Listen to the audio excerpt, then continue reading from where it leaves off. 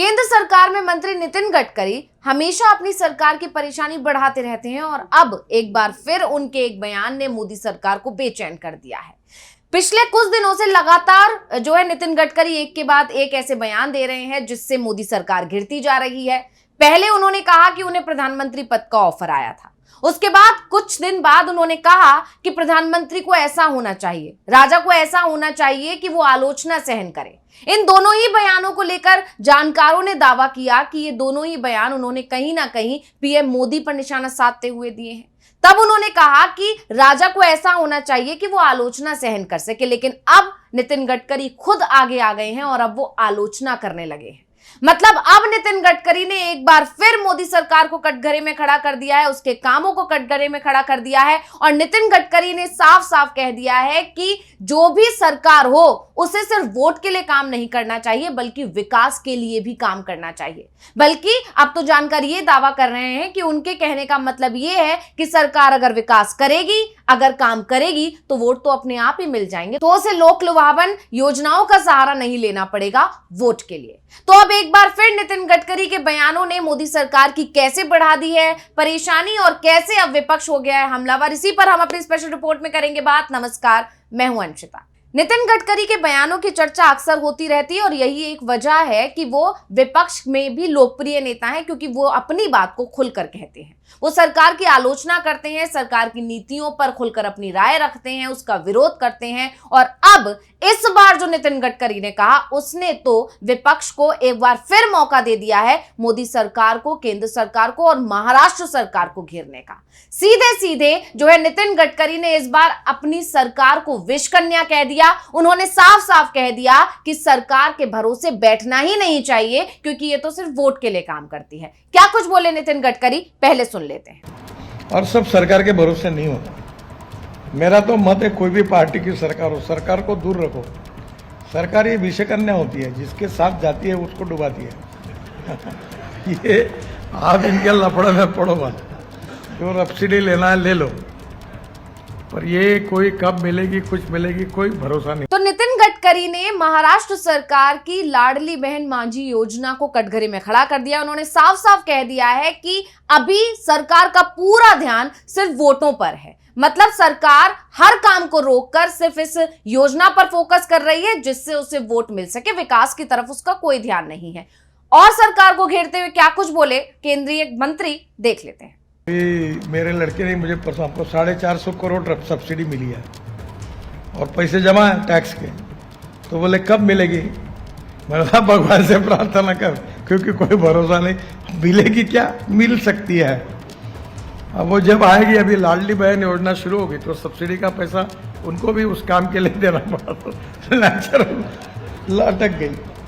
अभी बीच में टेक्सटाइल वालों की इंडस्ट्री बंद पड़ी, उनकी पावर की सब्सिडी नहीं मिली, फिर टेक्सटाइल वाले बंद होने के कगार पर थे। रोज मुझे लोग मिलते हैं कि मैं ऐसी हालत में हूँ, कोई एनसीएलटी में जाना। अब नितिन गडकरी ने सीधे सीधे मोदी सरकार पर भी लोक लुभावन योजनाएं जारी करने का आरोप लगा दिया। उन्होंने कहा सरकार विकास पर ध्यान नहीं देती है, सिर्फ वोटों पर ध्यान देती है, उसका पूरा फोकस वोट के लिए होता है, इसीलिए सरकार के भरोसे अगर बैठोगे तो आप बर्बाद हो जाओगे। ये शब्द नितिन गडकरी के हैं और नितिन गडकरी ने अपनी ही सरकार पर सवाल खड़े कर दिए। दूसरी सरकारों पर या दूसरे विपक्ष के नेताओं पर बीजेपी की तरफ से इस तरह के आरोप लगाए जाते हैं कि वो सिर्फ और सिर्फ फ्रीबीज पर ध्यान देती है, वो जनता को लुभाने की कोशिश करती है।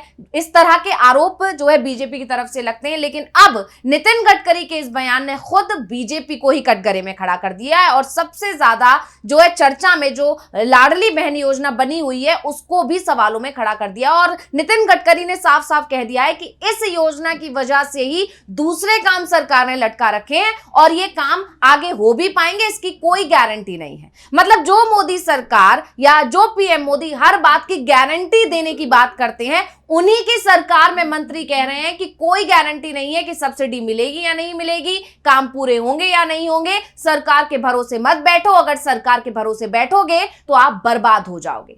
अब जैसे ही नितिन गडकरी ने अपनी ही सरकार को कटघरे में खड़ा किया, विपक्ष को मौका मिल गया। अब विपक्ष सरकार पर सवाल उठा रहा है, विपक्ष सरकार को घेर रहा है, महाराष्ट्र की शिंदे सरकार पर सवाल उठा रहा है। एनसीपी एसपी की सांसद सुप्रिया सुले ने भी नितिन गडकरी के बयान पर प्रतिक्रिया दी और उन्होंने उनके बयान का समर्थन दिया और साथ ही सरकार को कटघरे में खड़ा कर दिया। क्या कुछ बोली सुप्रिया, सुन लेते हैं। सगळे म्हणजे 3 झाले, माननीय गडकरी साहेब, त्याच्यानंतर राज ठाकरेंचं वक्तव्य आणि इकॉनॉमिस्ट, असे 3 म्हणजे 2 सरकारच्या जवळचे आणि 1 न्यूट्रल, अशा सगळ्या तज्ज्ञ आणि नेत्यांच्याकडून वारंवार महाराष्ट्राची जी परिस्थिती आहे, महाराष्ट्राची इकॉनॉमी जी आहे ती अडचणीत आहे असं सातत्याने सरकारमध्ये असलेले लोक म्हणतात। जर सरकारमधले लोक म्हणत असतील की महाराष्ट्राची अर्थकारण आणि ही परिस्थिती अडचणीत आहे तर ही अतिशय चिंतेची बाब आहे। तो सुप्रिया सुले का जो बयान है वो मराठी में है, इसलिए हम आपको उसका हिंदी अनुवाद बता देते हैं। तो सुप्रिया सुले ने कहा कि गडकरी जैसे वरिष्ठ नेता ने राज्य की वित्तीय स्थिति के बारे में चिंता व्यक्त की है, जो दर्शाता है कि महाराष्ट्र में पार्टी के पदाधिकारियों को इस पर ध्यान देना चाहिए। विपक्ष ने जब इसी मुद्दे को उठाया तो उन्होंने उसकी अनदेखी की। कम से कम अपने वरिष्ठ की सलाह तो मानिए। जब वित्त मंत्रालय लड़की बहन जैसी योजनाओं पर अत्यधिक खर्च के खिलाफ चेतावनी दे रहा है तो राज्य मंत्रिमंडल करदाताओं के पैसे को अनावश्यक रूप से बर्बाद कर रहा है। यानी सुप्रिया सुले ने साफ साफ कह दिया कि भले ही विपक्ष की बात नहीं सुननी है, लेकिन अपने मंत्री की बात तो आप सुन ही सकते हैं कि आपके खुद के मंत्री कह रहे हैं कि ये योजना पर आप अनावश्यक खर्च कर रहे हैं, सिर्फ पैसा बर्बाद कर रहे हैं और इससे महाराष्ट्र की आर्थिक स्थिति पर फर्क पड़ रहा है। यानी एक तरह से नितिन गडकरी के बयान ने महाराष्ट्र सरकार की योजना पर ही सवाल खड़े कर दिए हैं। इसी तरह शिवसेना यूबीटी के सांसद संजय राउत ने भी सरकार पर सवाल खड़े कर दिए। क्या कुछ बोले संजय राउत, सुन लेते हैं। सध्या लाडकी बहीण योजना ही लाडक्या बहिणींसाठी नसून लाडकी बहीण योजना ही उद्याच्या निवडणुकीमध्ये मिंदे गटाला मतं मिळवण्याची योजना आहे, मतं विकत घेण्याची योजना आहे।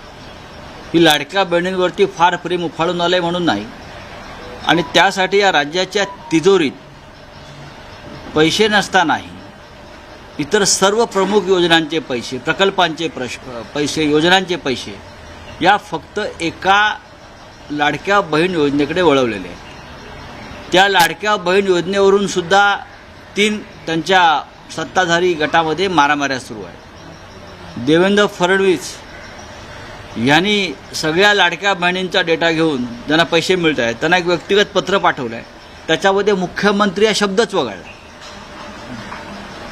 मुख्यमंत्री लाडकी बहन योजना है, मुख्यमंत्री शब्द वगळला। तो संजय राउत कह रहे हैं कि लड़की बहन योजना मूल रूप से शिंदे सरकार के लिए वोट खरीदने की योजना है। सत्तारूढ़ शासन राज्य में महिलाओं के लिए कोई चिंता नहीं दिखाता है। इस योजना के लिए धन को विभिन्न महत्वपूर्ण परियोजनाओं और पहलों से हटा दिया जा रहा है।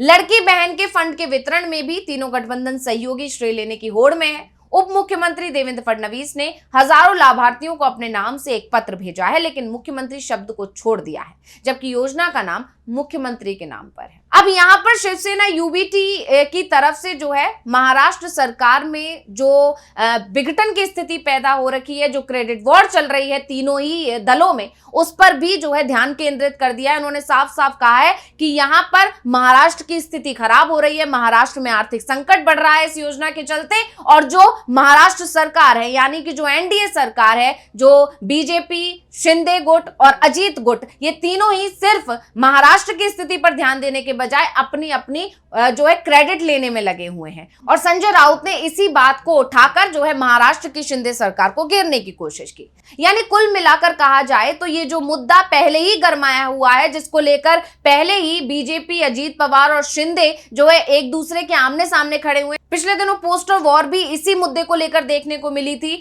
जहां पहले जो है शिंदे गुट की तरफ से जो पोस्टर जारी किया गया उसमें सिर्फ और सिर्फ एकनाथ शिंदे का पोस्टर था। इसके बाद अजीत पवार की तरफ से एक पोस्टर जारी किया गया जिसमें से शिंदे को हटा दिया गया, और वहीं तीसरी जो देवेंद्र फडणवीस की तरफ से पोस्टर जारी किया गया उसमें से मुख्यमंत्री शब्द ही हटा दिया गया। यानी तीनों ही दल आपस में इस मुद्दे को लेकर भिड़े हुए हैं और अब नितिन गडकरी जो कि केंद्रीय मंत्री हैं, उन्होंने तो इस पूरी योजना को ही सवालों के कटघरे में खड़ा कर दिया है। वहीं उन्होंने आलोचना करते हुए ये कहा कि सरकार अगर विकास पर ध्यान देगी तो उसे वोट वैसे ही मिल जाएंगे, उसे इस तरह की योजनाएं लाकर जनता को लुभाने की कोशिश नहीं करनी पड़ेगी।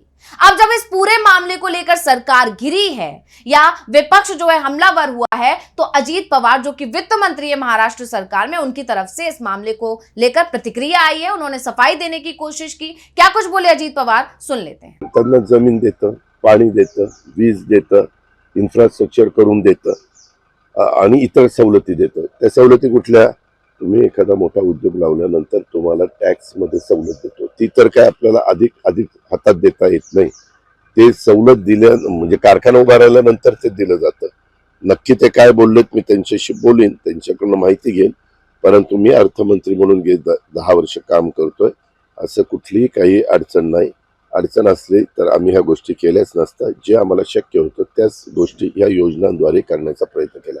तो अजीत पवार कह रहे हैं कि निवेशकों को सरकार द्वारा जमीन, पानी और बिजली जैसी कई चीजें दी जाती हैं। इसके अलावा कंपनियों को टैक्स में छूट भी दी जाती है, लेकिन इसे हाथ में नहीं दिया जा सकता। ये कंपनी की स्थापना के बाद ही दिया जाता है। इसलिए मैं नितिन गडकरी से बात करूंगा कि उन्होंने वास्तव में क्या कहा, उनसे जानकारी लूंगा। लेकिन इस योजना को लागू करने में कोई समस्या नहीं है। अगर कोई समस्या होती तो हमने ये योजना शुरू नहीं की होती। हम जो कर सकते हैं वो करते हैं। अब भले ही जो है अजीत पवार की तरफ से मामले को लेकर सफाई देने की कोशिश की गई है, ये बताने की कोशिश की गई है कि इस योजना के लागू होने से कोई नुकसान नहीं होने वाला है, लेकिन नितिन गडकरी जो केंद्रीय मंत्री हैं और जो हमेशा से खुलकर अपनी बात रखते हैं और उनकी राय विपक्ष भी मानता है, इन तमाम चीजों को देखकर यह कहा जा रहा है कि नितिन गडकरी ने केंद्र की मोदी सरकार और महाराष्ट्र की शिंदे सरकार दोनों को ही जो है सवालों में खड़ा कर दिया है। और अब जो है इस बयान की चर्चा हर तरफ हो रही है और सबसे ज्यादा चर्चा इस बात की हो रही है